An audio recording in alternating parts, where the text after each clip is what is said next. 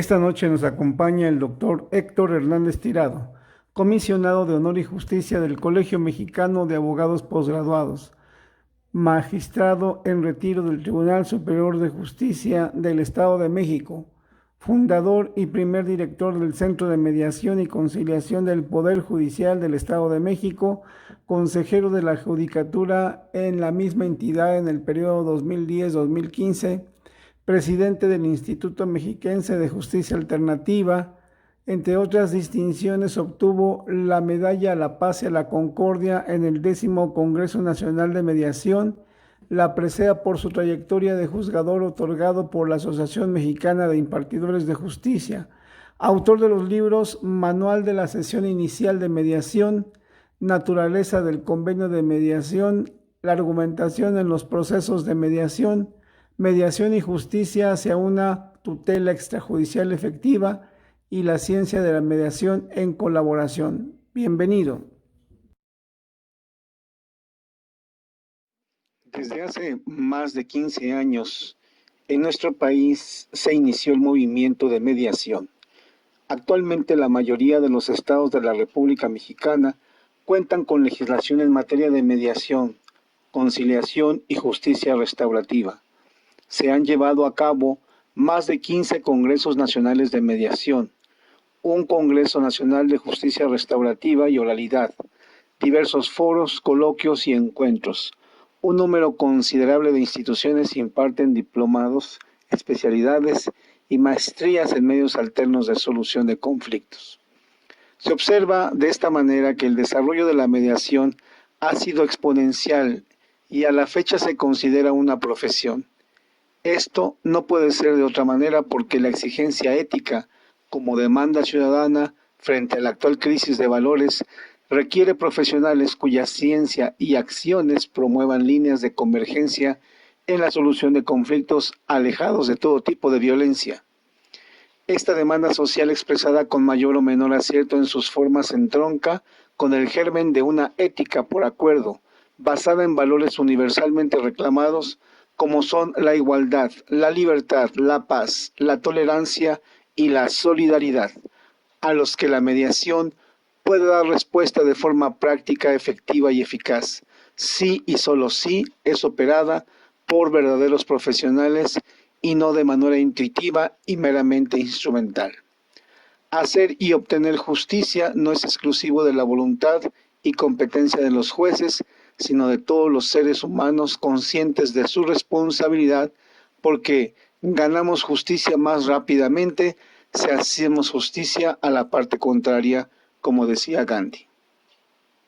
Buenas noches, me da mucho gusto nuevamente que nos acompañe aquí en nuestro programa conversatorio con los posgraduados. En esta noche tenemos al doctor Héctor Hernández Tirado y sin más entremos en materia. Mi estimado doctor, ¿cómo está? Buenas noches. Muy bien, muy buenas noches. Gracias por esta oportunidad de ponerme en contacto contigo y con los demás compañeros del colegio. Pues muchas gracias, doctor. Pues entrando en materia, estimado doctor, ¿es posible la paz entre los hombres? Oh, qué pregunta detonante, tan importante, formulas y casi a boca de jarro. Bueno, pues mira, yo creo que en el contexto familiar, social, político, económico, nacional, regional, inclusive mundial actuales, yo creo que hablar de alcanzar la paz entre los hombres evoca como un sueño idílico y utópico. Sin embargo, yo creo que nunca ha existido en la historia de la humanidad tanto potencial para conseguir la paz.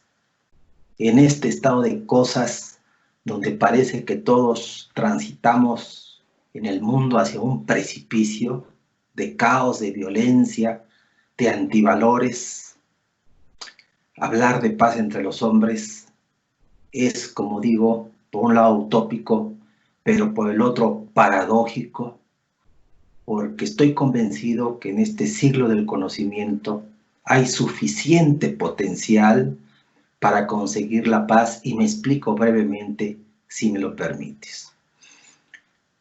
La ONU, mediante el objetivo número 16 de la Agenda 2030, denominado más o menos paz, justicia e instituciones fuertes, pretende promover sociedades justas, pacíficas e inclusivas para el desarrollo sostenible, facilitar el acceso a la justicia a todas las personas y crear instituciones fuertes, eficaces e inclusivas a todos los niveles. Y es conveniente, maestro Teoc, recordar, a propósito de la paz, la definición propuesta por Naciones Unidas sobre la cultura de paz, la que es entendida hoy por hoy como una serie de valores, actitudes y comportamientos que rechazan la violencia y previenen los conflictos. ¿Mediante qué?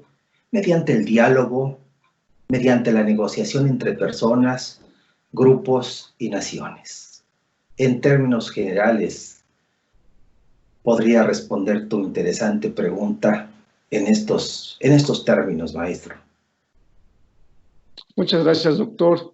Y bueno, a lo mejor ya bajándolo y aterrizándolo un poco más en la vida de los mortales, en la práctica, doctor, ¿qué es la mediación para los conflictuados? Conforme a su experiencia, doctor. Bueno, yo diría que más allá de los conceptos teóricos y de las definiciones legales que hoy se encuentran establecidas en las leyes especiales en materia de justicia alternativa, y más allá de los conceptos teóricos provenientes de la doctrina correspondiente, en mi opinión, se trata de un procedimiento, en primer lugar, hasta este momento, voluntario. Un procedimiento confidencial y flexible, mediante el cual las personas, con apoyo de un mediador, logran comunicarse de manera asertiva. ¿Para qué? Pues para negociar y alcanzar amigable y legalmente una solución justa a su conflicto o problema familiar, civil, mercantil, penal, comunitario, condominal, vecinal, escolar, social, político, etc. Mira, en el pequeño libro denominado Mediación y Justicia hacia una tutela extrajudicial efectiva, que me hizo el favor de editar y publicar la Universidad de Sonora, sostengo, parafraseando un poco a Fernando Savater, que la mediación es el acto y acción de educarnos para darnos la buena vida y darles a otros una vida buena. Y hay que mencionar, maestro, que la mediación, como la conciliación y la justicia restaurativa, hoy por hoy tienen su fundamento en el artículo 17 constitucional, donde se ordena que las leyes preverán mecanismos alternativos de solución de controversias y en materia penal regularán su aplicación y asegurarán la reparación del daño. Pero también hay que mencionar que en la porción normativa correspondiente del 18 constitucional también se establece que en materia del sistema de justicia para adolescentes se aplicarán las formas alternativas de solución de conflictos cuando resulte pertinentes.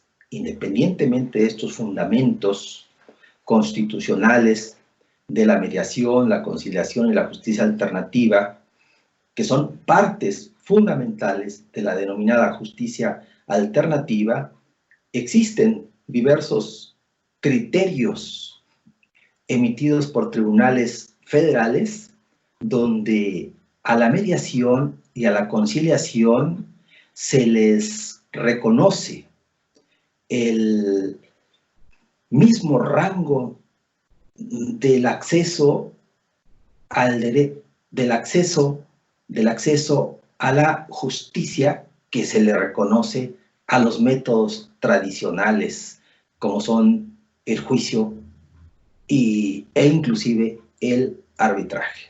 En pocas palabras, hoy, a través de distintos criterios emitidos por los tribunales mencionados, la mediación tiene el mismo rango de los derechos humanos o del derecho humano del acceso a la justicia. Muchas gracias, doctor. Y bueno, precisamente aquí hablando de la parte técnica, doctor Héctor, la mediación, la conciliación y el arbitraje, ¿cuáles son sus matices? Porque bueno, yo recuerdo que dentro de los juicios civiles ordinarios, pues hay una etapa conciliatoria, ¿no? Pero yo veo que usted cuando se refiere a esta, dijéramos, a esta función, usted habla de mayores amplitudes. Sí, sí, maestro. Primero, pues hay que recordar que la doctrina jurídica señala que el arbitraje, pues, implica un procedimiento eminentemente adversarial al que las partes en conflicto se someten voluntariamente para que uno o varios árbitros decidan quién tiene la razón o a quién le asiste el derecho mediante una resolución conocida como laudo, misma que, por supuesto, es vinculante y cuya ejecución se encomienda a la jurisdicción ordinaria, es decir, a los jueces. Es la característica o el concepto o definición básico del arbitraje. Pero cuando hablamos de mediación, de conciliación, inclusive de procesos restaurativos, no nos estamos refiriendo a un procedimiento adversarial, sino a un procedimiento eminentemente autocompositivo, dirigido, gestionado, facilitado por los profesionales que en el primer caso de la mediación se llama mediador y en el segundo caso de la conciliación se le denomina conciliador. En la mediación, la característica propia es que el mediador simplemente se limitará, y digo simplemente, no porque se trate de una actividad menor, sino porque realmente pretendo minimizar al entendimiento común la metodología y la figura del mediador. Se limita, se concreta el mediador a facilitar la comunicación entre las partes, entre los mediados, involucrándolos a través de una serie de herramientas, técnicas, tácticas y estrategias a un diálogo razonable, a un diálogo de reconocimiento, de aceptación de la verdad, de los valores, de las historias, de las percepciones, de las emociones, de los sentimientos, para que sean ellos los que, transitando en esta dinámica comunicacional respetuosa y tolerante, puedan construir por sí mismos la o las soluciones a su conflicto. Luego, es claro que el mediador no propone alternativas de solución, no da fórmulas de solución al conflicto de que se trata, mientras que en el procedimiento conciliatorio o de conciliación, al mediador le es dable por la norma reguladora de este método proponer fórmulas de solución al conflicto de los dialogantes. Después, por supuesto, de haber transitado con ellos a lo largo del diálogo negociador con matices tolerantes, respetuosos, razonables, legales, equitativos y justos. En conclusión, mientras que el arbitraje es un procedimiento eminentemente adversarial y de carácter heterocompositivo, donde un tercero denominado árbitro da la solución mediante una resolución o un laudo con características vinculantes, en la mediación el mediador no propone soluciones. Y en la conciliación, el conciliador propone soluciones que, de ser aceptadas por los interesados, esto posibilita la construcción del acuerdo de mediación o del convenio de mediación y del convenio de conciliación, que una vez firmado reúne todas las características y toda la fuerza de una sentencia ejecutoria, convenios de mediación y convenios de conciliación, que en caso de no cumplirse en la forma y términos pactados por los interesados, permite su ejecución en la vía de apremio. Así se encuentra establecido, reconocido en todos los códigos de procedimientos civiles de los estados que componen nuestra república, lo que significa que en la actualidad los convenios de mediación, los convenios de conciliación constituyen una verdadera tutela a los derechos y obligaciones reconocidos por las partes y plasmados en un instrumento de esa naturaleza. Doctor, entonces, ¿podríamos considerar a la mediación o se podría decir que la conciliación también o sería parte de la impartición de justicia o no sería correcto? Mira, desde el nacimiento en nuestro país de la justicia alternativa, año 2008, el que se plasmó en el artículo 17 constitucional, lo ya dicho con anterioridad, en el sentido de que las leyes preverán mecanismos alternativos de solución de controversia en materia penal, pues tanto a la mediación como a la conciliación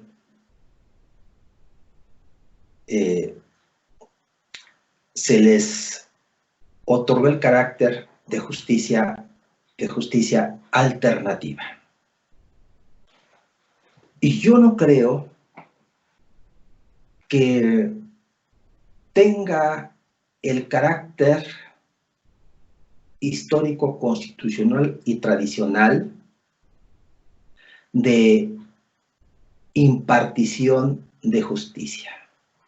Me voy a explicar mejor si me lo permites. En las leyes especiales de justicia alternativa, a la mediación y la conciliación se les reconoce como métodos alternativos, complementarios y auxiliares de la función jurisdiccional. Sin embargo, yo creo que para impartir justicia histórica, constitucional y legalmente, se ha requerido de un tercero componedor, que es el árbitro o el juez, quien es el que imparte, establece justicia ante los contendientes o los litigantes en sentido material y formal, a través de una resolución que puede ser sentencia o laudo. Pero a través de la mediación, la conciliación y la justicia restaurativa son los propios interesados quienes, sin ese tercero heterocompositor, se hacen justicia. Mira qué interesante el pensamiento, en este caso específico de Gandhi, cuando decía que alcanzamos más pronto justicia cuando hacemos justicia.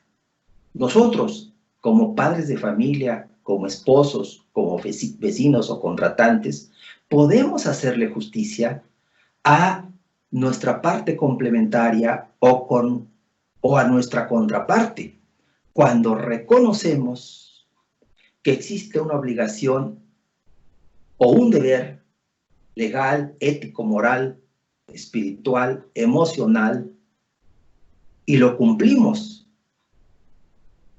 Una de las características fundamentales de la justicia autocompositiva a que me estoy refiriendo es la concientización y racionalización de los deberes y obligaciones de las partes en conflicto para que reconozcan los deberes y cargas que les corresponden y las cumplan y las satisfagan. De suerte que, en conclusión, yo podría decir, es una modalidad en la administración, pero no en la impartición de justicia. Sin embargo, confío en que cuando la mediación, la conciliación, se vuelva una instancia obligatoria previa a los juicios, se constituya ya no como un método alterno, complementario, auxiliar de la justicia, sino como un método adecuado, propio, que goce de la misma viabilidad, importancia y trascendencia familiar y social que la justicia ante los tribunales hasta hoy conocidas. Entonces, número uno. Número dos, creo que no hay nada que impida que el acceso a la justicia a través de la mediación y la conciliación pueda convertirse en un novedoso y moderno método para que de manera los particulares se impartan por sí mismos justicia, porque no es verdad que solo los jueces puedan impartirlo, más allá de las aparentes confrontaciones o contradicciones del argumento que me he permitido exponer en respuesta de tu interesante pregunta, maestro. Muchas gracias, doctor. Bien, entonces la impartición de justicia autocompositiva, qué interesante. ¿Y cómo abordar entonces la solución de conflictos sin la voluntad de las partes? Muy bien. Uno de los principios rectores de la mediación, de la conciliación, de este tipo de justicia alternativa a que nos estamos refiriendo, es la voluntariedad. Sin el consentimiento expreso o tácito de los intervinientes o de los candidatos a una mediación o conciliación, estos métodos no pueden iniciar, continuar ni concluirse. ¿Por qué? Porque se apuesta al principio de la autonomía de la voluntad. Contrario a lo que se establecía en el artículo 155 de la Constitución de 1824, donde se decía mutatis mutandis, ¿verdad?, que nadie podía iniciar pleito alguno sin antes haber intentado la conciliación. A partir de 1917, pues se dejó al lado esa prescripción, esa cláusula constitucional, como dicen algunos, para establecer que los tribunales estarán expeditos para administrar justicia en los plazos y términos que establezca la ley, y que su función pues será primordial, fundamental. Tanto es así que el Pleno de la Corte, por ahí en el año 2000, emitió una jurisprudencia declarando inconstitucional las disposiciones legales donde se establecía la obligación de acudir a una conciliación como una instancia previa al juicio en general. Número uno. Número dos. Habría que preguntarse desde el punto de vista de las ciencias de la conducta, de la psicología conductual particularmente, ¿qué es la voluntad de los hombres? ¿Cómo se forma? ¿Cómo se detona? ¿Cómo se convencen las personas? ¿A través de qué móviles, estímulos, causas o recursos podemos convencer a una persona para que se pronuncie por un sí o por un no o por una abstención?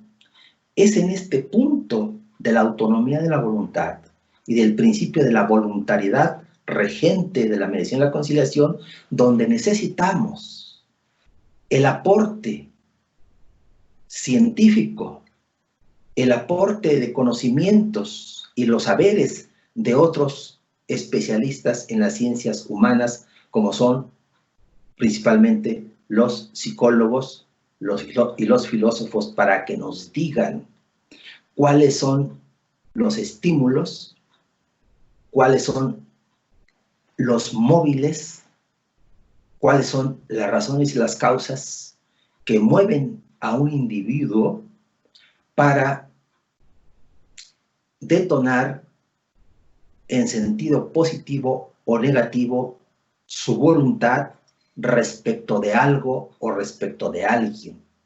Y en menos de un minuto, para concluir con mi respuesta, yo diría que no está del todo bien que un mediador o un conciliador suspenda o no inicie o no concluya un procedimiento de mediación.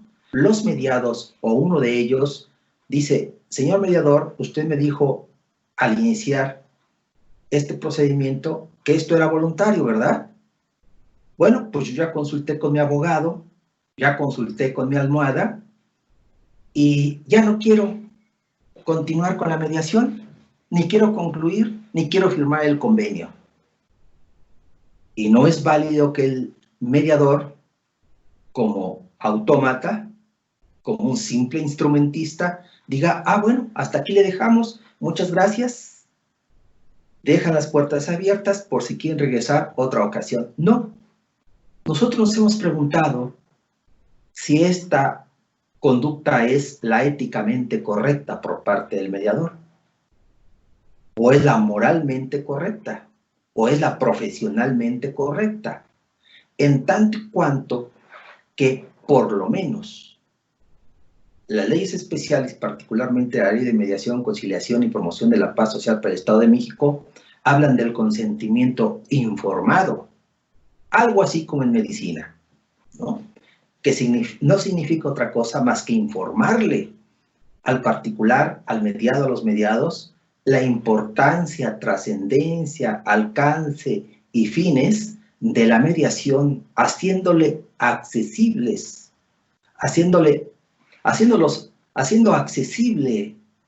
la naturaleza de la mediación para que informadamente digan por qué sí y por qué no, aunado a que el mediador como cualquier otro profesional de cualquier otra ciencia o arte, tendrá que formular una serie de preguntas. Simplemente el por qué no quiere continuar.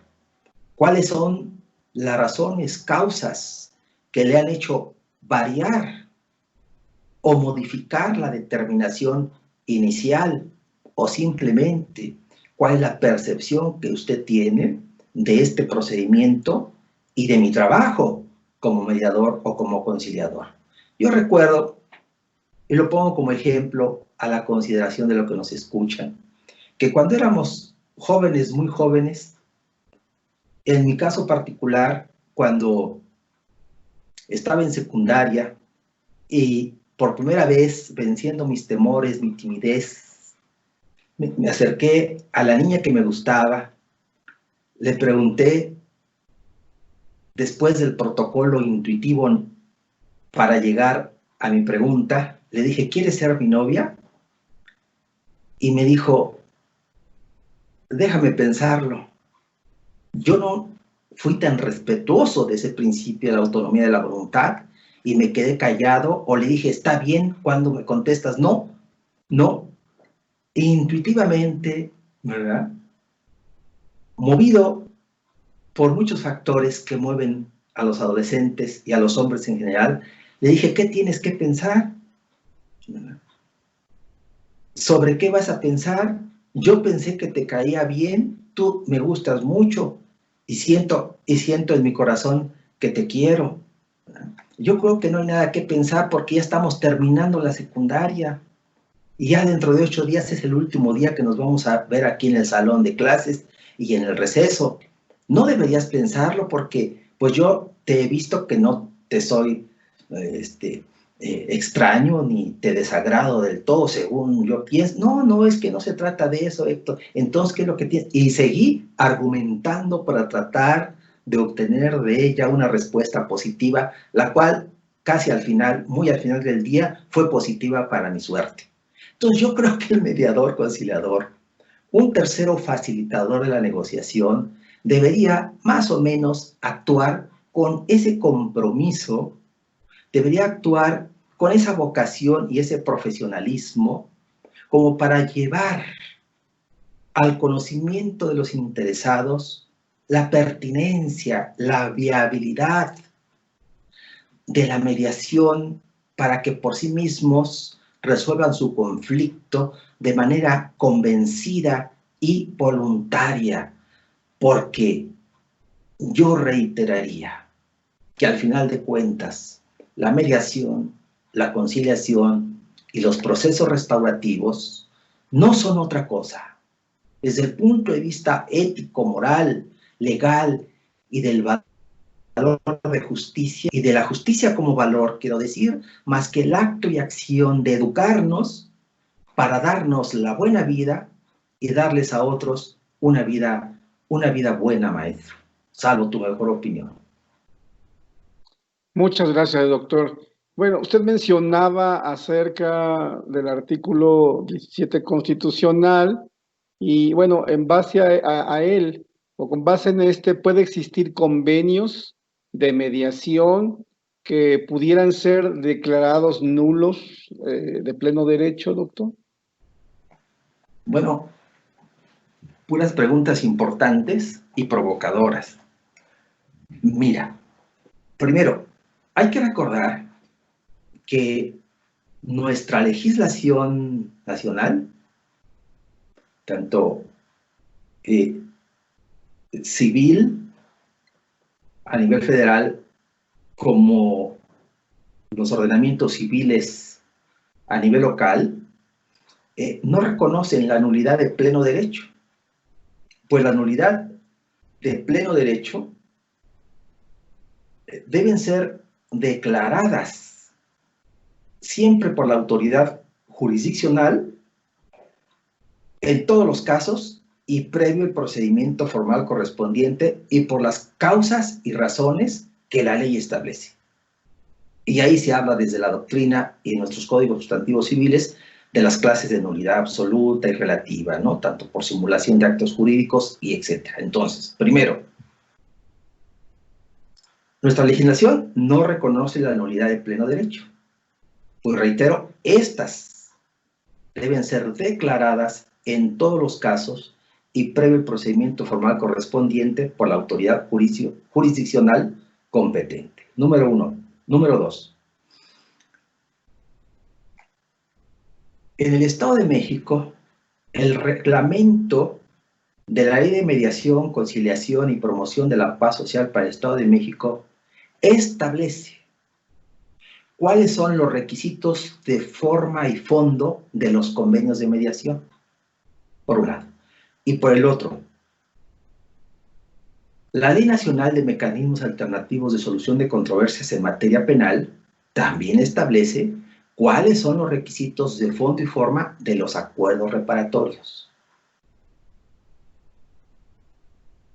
Por otro lado, cuando un convenio de mediación o un acuerdo reparatorio no reúnen los requisitos de fondo o de forma que establecen las leyes mencionadas, nada impide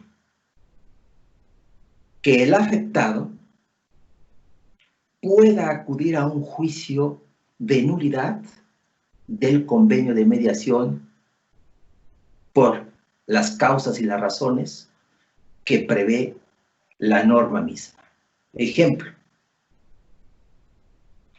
hubo algún vicio del consentimiento, error, dolo, mala fe o lesión, tanto en el convenio de mediación como en el acuerdo reparatorio, y estos fueron pasados por alto por el mediador que suscribió el convenio o por el director del Centro de Justicia Alternativa correspondiente o por el notario mediador que ayudó en dicho carácter a la construcción del convenio. En conclusión, de acuerdo a nuestro sistema normativo, nada impide que un convenio de mediación o un acuerdo reparatorio, cuando no reúne los requisitos de fondo y forma, pueda ser anulado por la autoridad jurisdiccional previo al juicio correspondiente, donde se pondere la importancia y la trascendencia alegada para alcanzar la nulidad de dicho acto, sobre todo porque tanto el convenio de mediación como el acuerdo reparatorio son un acto jurídico que debe reunir los elementos de existencia y validez de cualquier acto jurídico para que pueda surtir plenos efectos entre las partes. Según mi opinión, estimado maestro. Muchas gracias, doctor. Y bien, conforme a su experiencia, doctor, ¿cuáles son entonces o cuáles diría que son las actitudes que las personas deben asumir para que puedan tener o llegar a una mediación, doctor? Bueno, de manera implícita, ya las dije, pero las puedo explicitar. Deben tomar una actitud respetuosa, tolerante, dispuestos a escuchar, dispuestos a racionalizar su conflicto, dispuestos a negociar, dispuestos a empatizar. De otra suerte, no se avanza en la mediación, no se puede avanzar en la negociación. En pocas palabras, deben adoptar una actitud y posición prosocial, abrir sus canales de percepción, por lo menos 2, el canal auditivo, el canal visual, y racionalizar el problema de qué se trata, guardando la determinación de entender, comprender, de valorar y revalorar a su parte complementaria, a su antagonista, como se dice en el lenguaje adversarial. Dispuesto a admitir que comparten principios y valores en un piso común, en una familia común, en una sociedad común, en un país común, en un mundo común. Dispuestos a admitir sin ninguna presión y solo bajo la directriz de su conciencia sus deberes y sus responsabilidades, tanto naturales, de sentido común, como las que provienen del contrato que suscribieron, sea la de matrimonio o la de cualquier otro contrato. Es bello recordarles a los mediados lo que Ulpiano decía acerca de los precepta iuris o los preceptos del derecho, que simplemente son 3. 1, vivir honestamente. 2, no dañar a nadie. Y 3, dar a cada quien lo suyo. Yo creo que si logramos en mediación entender, si logramos hacer entender a los mediados y nosotros entendemos a la vez la importancia de estos preceptos del derecho, seguramente podemos gestionar con éxito el conflicto y lograr que trascienda en beneficio de los participantes para crecer y trascender en el mundo y en la comunidad que le toca o nos toca vivir. Muchas gracias, doctor. Y bueno, ahorita usted que entra en esta reflexión profunda y yo diría que hasta filosófica del sentido de la vida y de cómo llevarla, ¿es posible, doctor, la impartición de justicia humana? ¿Es realmente posible, doctor? La impartición de justicia humana nos evoca o nos lleva, nos conduce al proceso jurisdiccional, al juicio, porque hablamos de impartir justicia de manera heterocompositiva.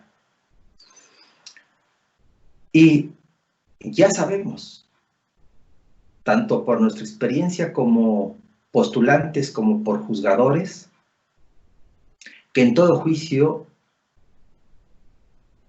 se le presentan al juzgador por lo menos 2 verdades.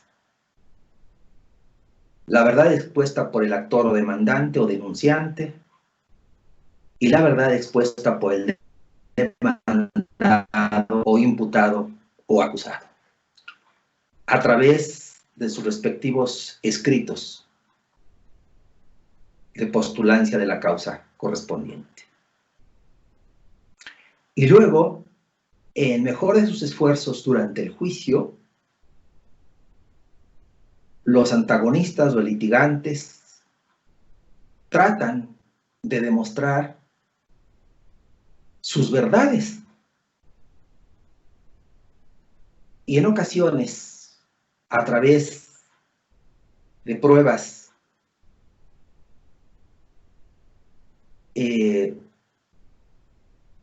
aportadas desde la creatividad, desde la fantasía,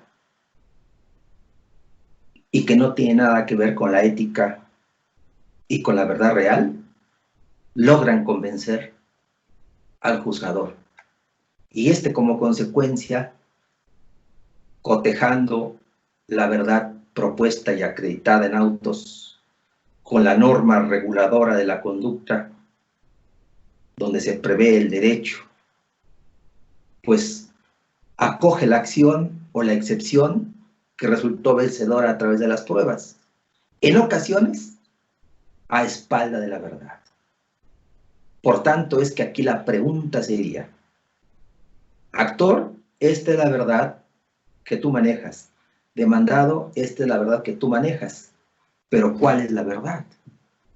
Mira, Yo de manera muy respetuosa, maestro, he venido sosteniendo la tesis de que los jueces no hicimos otra cosa históricamente hablando más que declarar, reconocer o constituir un derecho en sentencia. Uno, dejando intocado el conflicto real. Y dos, eso no implica hacer justicia. Declarar, reconocer o constituir un derecho en sentencia no implica hacer justicia. Por eso es que Adato Param, en su relatoría del año 2000, expresó que en nuestro país no hay justicia, porque a nuestros impartidores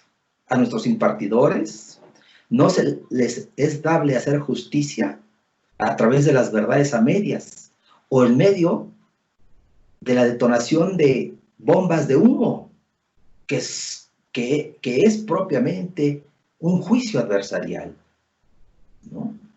Por tanto, yo creo que tenemos una deuda histórica impagable en este momento, porque nos hemos concretado a aplicar el derecho y la norma a la luz de las actuaciones procedimentales, instrumentales, en un frío expediente, muchas veces sin conocer a las partes, a los litigantes en sentido material, sin conocer sus contextos familiares, económicos, sociales o políticos, sin mirarles a los ojos, sin escuchar sus historias circulares, narrativas, sin sentir su presencia como personas, como seres humanos. Hemos juzgado a la luz de lo que hay en un expediente, tal cual lo decían y aconsejaban en la vieja Roma, cuando sostenían, en mi opinión, indebidamente para este momento, que lo que no está en el expediente no existe en el mundo. O sea, realmente esa capacidad de abstracción y de fantasía en el hoy por hoy, en el siglo XXI, en el siglo del conocimiento, es insostenible. La justicia reclama ser humanizada para aplicarse no como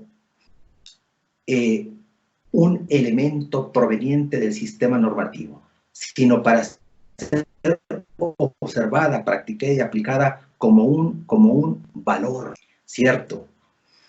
Muchas veces, para hacer justicia, el particular afectado no quiere que se le dé lo suyo, sino simplemente que se reconozca la falta, el error, el pecado, el incumplimiento y se ofrezca una disculpa. Y con eso el justiciable alcanza justicia. Hablar de justicia, por supuesto, que implica la concurrencia de otros especialistas con sus respectivos saberes, pero desde el punto de vista elementalmente humano a que me estoy reduciendo, creo que no siempre alcanzamos a ver ni a vivir la justicia. Me gusta mucho lo que Villoro Toranzo decía respecto del derecho. El derecho es la mínima exigencia de amor en sociedad.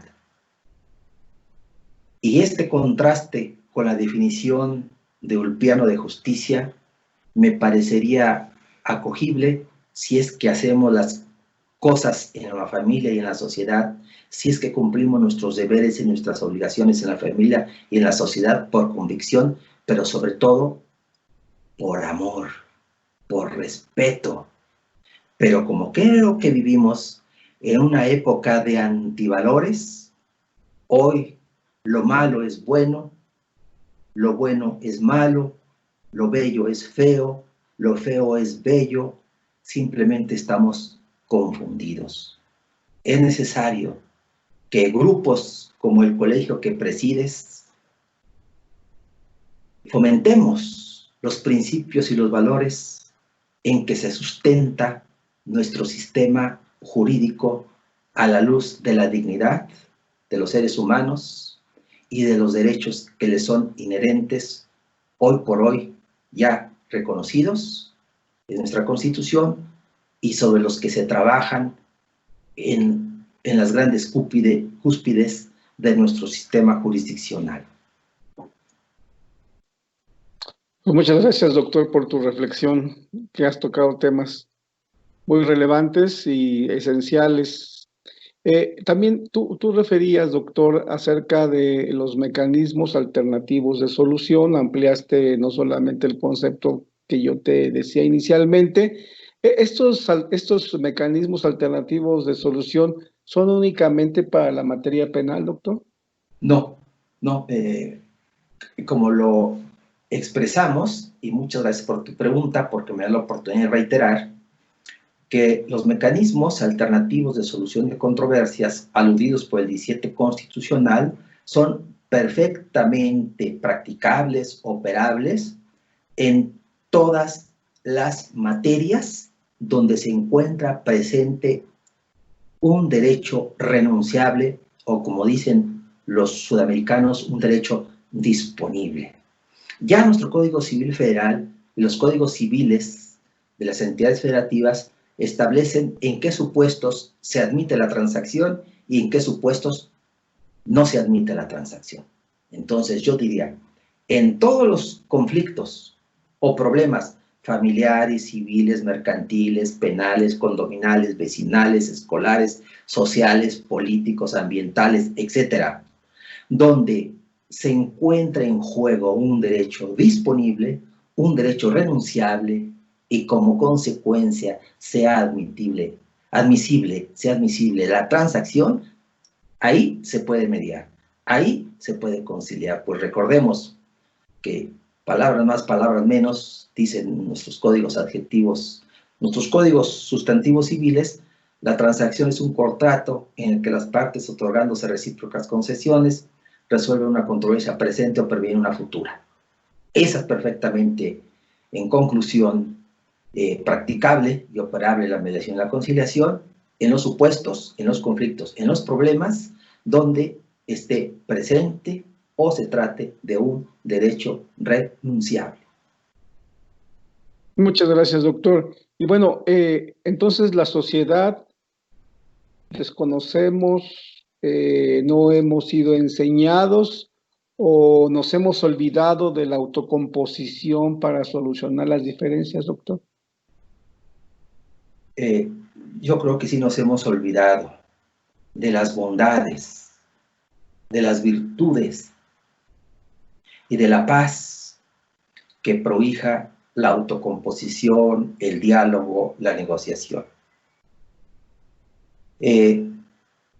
Varios especialistas en neurociencia nos hablan de las bases biológicas de la violencia y nos hablan de la cultura o de la subcultura de la violencia y de esta disposición que los seres humanos hemos tenido a lo largo de la historia para violentarnos y para violentar las cosas. De hecho, yo veo, o podemos ver, que la historia de la humanidad es la historia de la violencia, de la conquista, de la usurpación, del arrebatamiento, del robo, del fraude, de la anulación del otro, del homicidio, de los genocidios, de la manipulación, de la demagogia, del populismo, del individualismo, de la falta de respeto, de la falta de valores, de la falta de principios. Y en este tipo de cultura histórica, la mayor parte de nosotros hemos abrevado. Como consecuencia, tenemos un enfoque eminentemente adversarial para resolver nuestros problemas y nuestros conflictos. Traemos el arma de fuego en nuestra cintura permanentemente para echar mano de ella como un instinto o como la primera instancia, porque hemos sido creados en la cultura de la competencia y, reitero, de la anulación del otro. No hemos sido entrenados en la escucha activa, en la negociación. No hemos sido educados en el respeto al otro, en la consideración, en la valorización del otro, en el reconocimiento del otro como nuestro alter ego, nuestro otro yo, sino lo vemos como lo opuesto, lo que hay que hacer a un lado, lo que hay que pisotear y sobre el que hay que saltar para llegar lejos.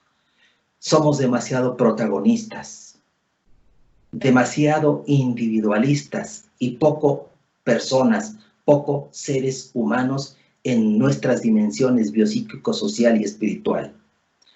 Pero yo empecé diciendo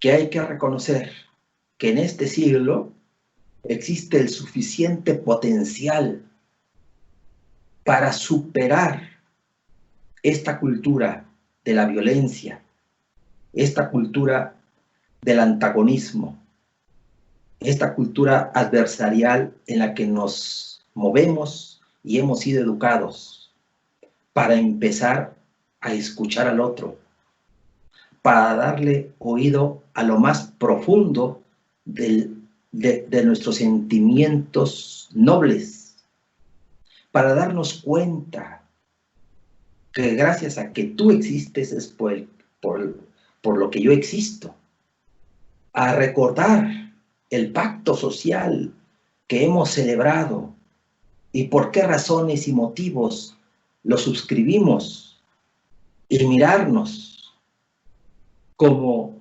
seres humanos con un destino común.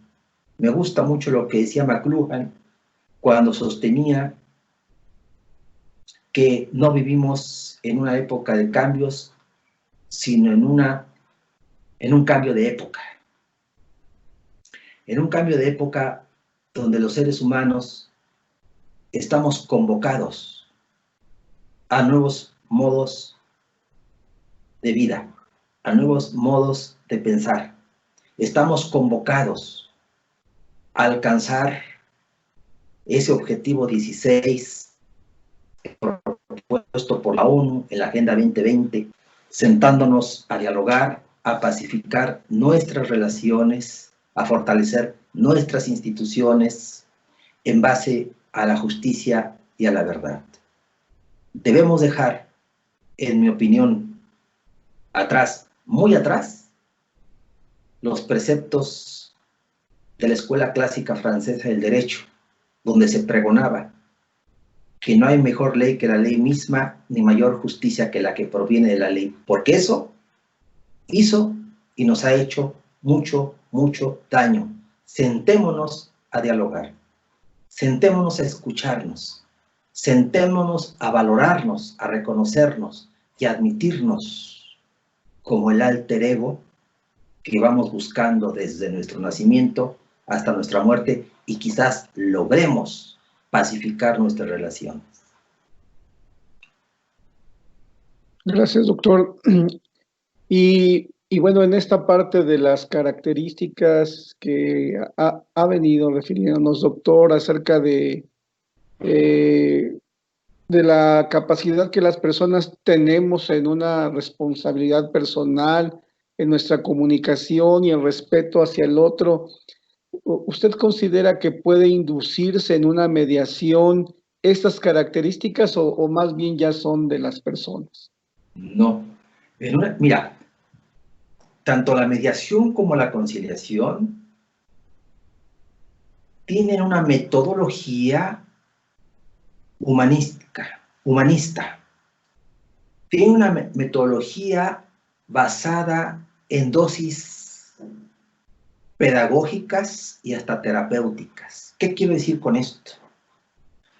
Que a través de distintos instrumentos, herramientas o técnicas, el mediador puede lograr a lo largo de no una, sino varias sesiones de mediación que las personas empaticen.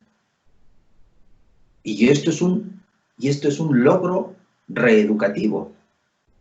Que las personas comprendan sus posiciones, entiendan sus necesidades, racionalicen sus intereses legítimos y se reconozcan como partícipes de una familia o como integrantes de una comunidad o de una escuela, de una sociedad o de un país determinado. Y a través de el diálogo se logre una reeducación que los ponga en aptitud no solo de entender, comprender, reconocer, sino de gestionar y trascender su conflicto. En el pequeño libro denominado Naturaleza del Convenio de Mediación, que me hizo el favor de publicarme la Comisión de Derechos Humanos del Estado de México, sostengo que el conflicto es una oportunidad para crecer y expandir nuestra conciencia. Pues los conflictólogos y los especialistas sostienen que los seres humanos, desde que nacemos hasta que morimos, vivimos en conflicto. Esto es irremediable, esta es una verdad. Conflictos intrapersonales, conflictos interpersonales y conflictos transpersonales o colectivos. Aquí lo que tenemos que hacer es educarnos o reeducarnos para abordar nuestros conflictos, para crecer en ellos, trascender nuestra conciencia, resolverlos de la manera mayormente equitativa, justa y razonable, en tanto que esto es lo que nos distingue del resto de las especies. Wow, pues es un reto. Doctor, entonces la mediación es una profesión, o para ser mediador, ¿usted considera que se debe ser licenciado en Derecho? Mira, sostengo que se trata de una nueva profesión. Y me explico. A la fecha, hemos llevado a cabo 18 congresos nacionales de mediación. Y el próximo mes de agosto llevaremos a cabo el 16º Congreso Mundial de Mediación de manera virtual. Aparte, en nuestro país, desde el año 2001 a la fecha, se han llevado a cabo un número muy importante de convenciones, encuentros, coloquios, conversatorios en materia de justicia alternativa. Por un lado. Por el otro,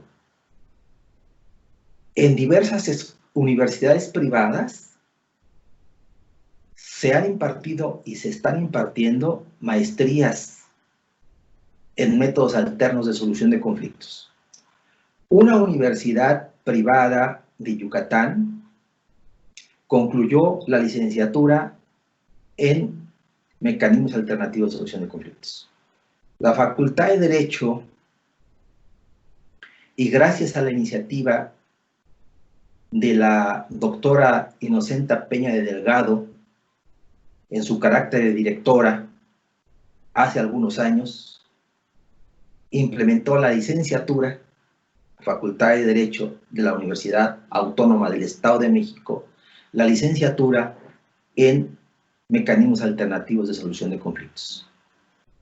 Por otro lado, la Facultad de Derecho y Ciencias Sociales de la Universidad de Nuevo León va por la segunda o tercera edición de su doctorado en MASC.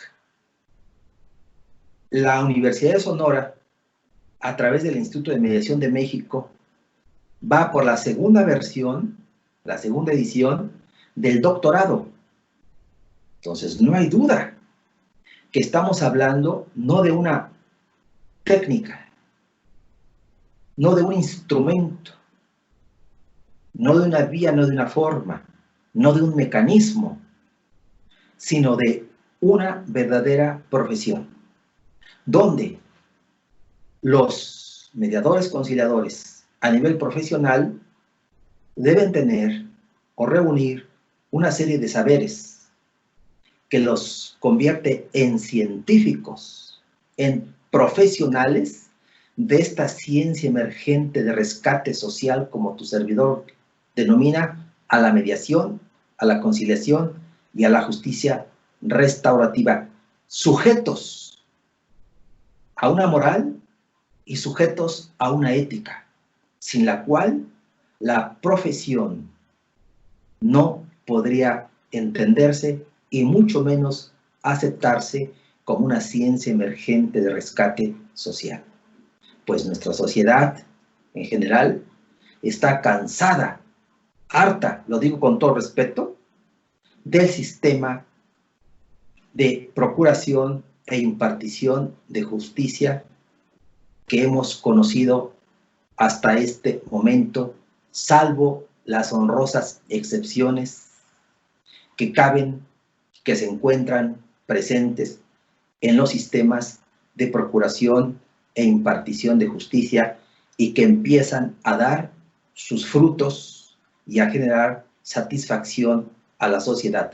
Pero la experiencia desde el 2017 a la fecha es frustrante para el común de la gente, para el pueblo que demanda y reclama solución y soluciones justas.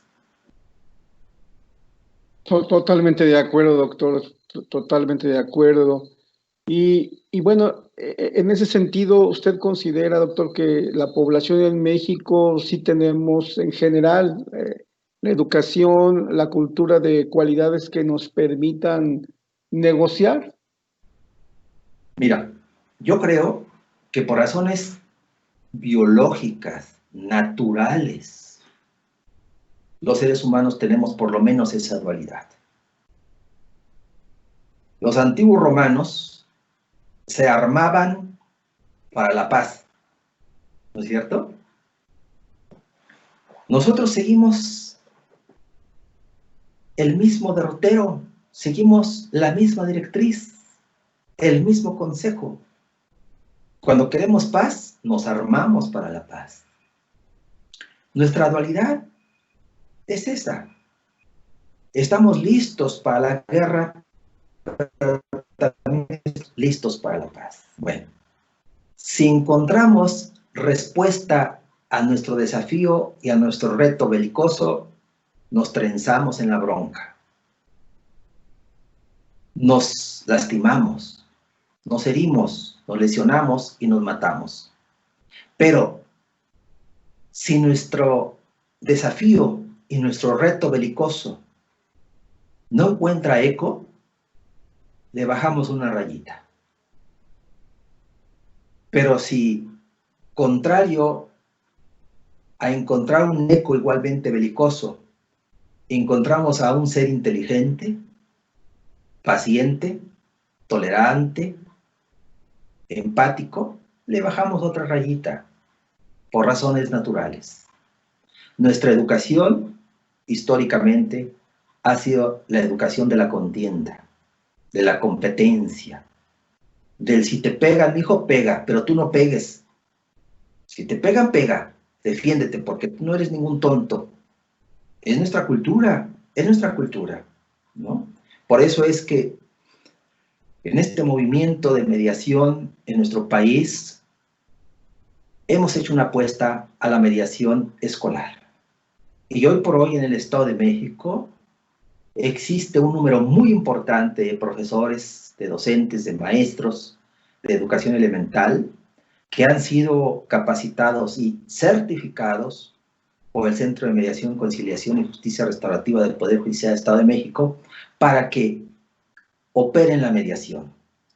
Ellos la han operado en un número importante de escuelas de enseñanza elemental y ellos mismos han capacitado a los alumnos para que entre pares practiquen la mediación.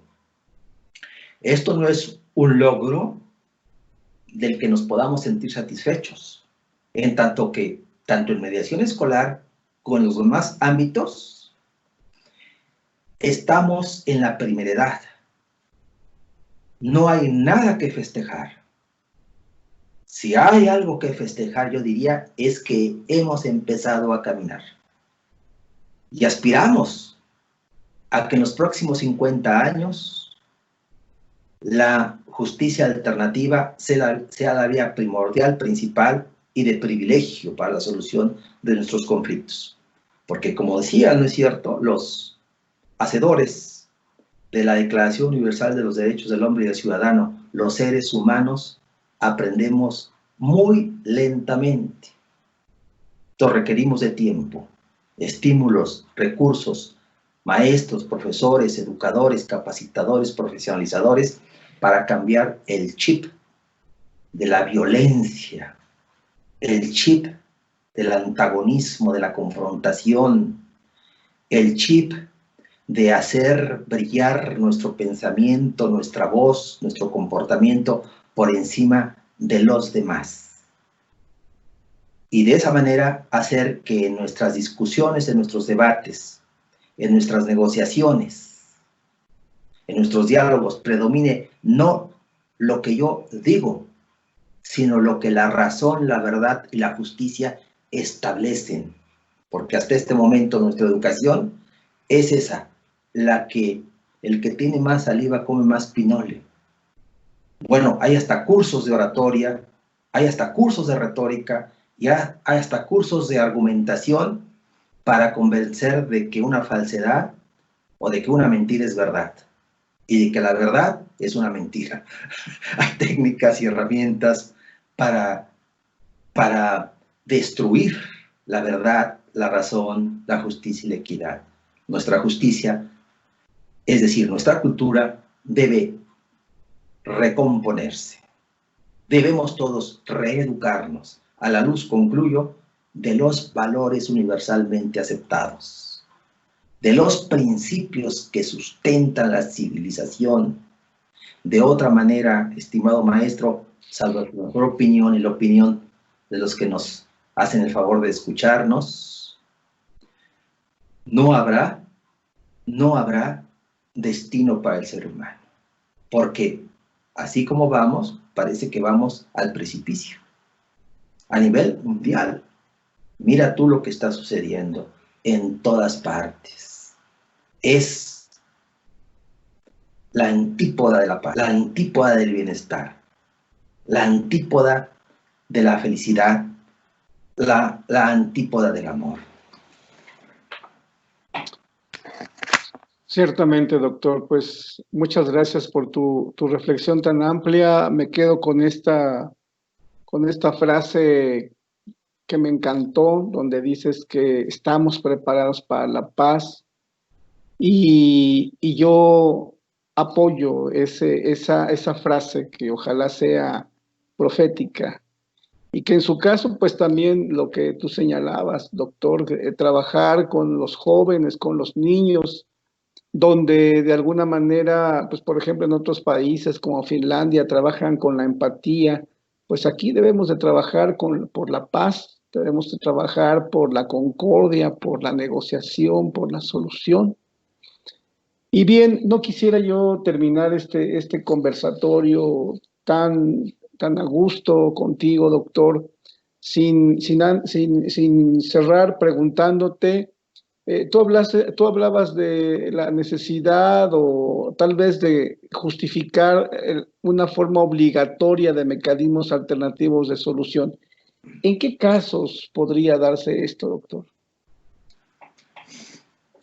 Hemos venido proponiendo durante el camino, este camino que tu servidor emprendió de estudio, de comprensión, de entendimiento, de debate, de discusión,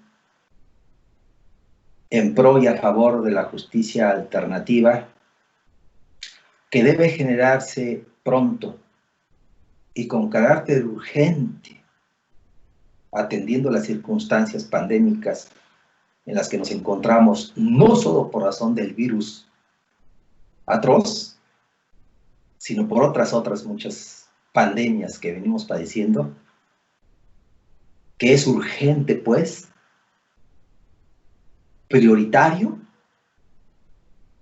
que se genere una reforma constitucional, para que, sin inventar nada, regresar a lo que decía ese artículo 155 de la Constitución de 1824, y en los términos en que lo establecía, para decir, palabras más, palabras menos, que nadie puede iniciar pleito alguno sin antes intentar, para la solución del conflicto, los mecanismos alternativos de solución de controversias ante las instituciones autorizadas para ello, y siempre y cuando se trate de derechos renunciables.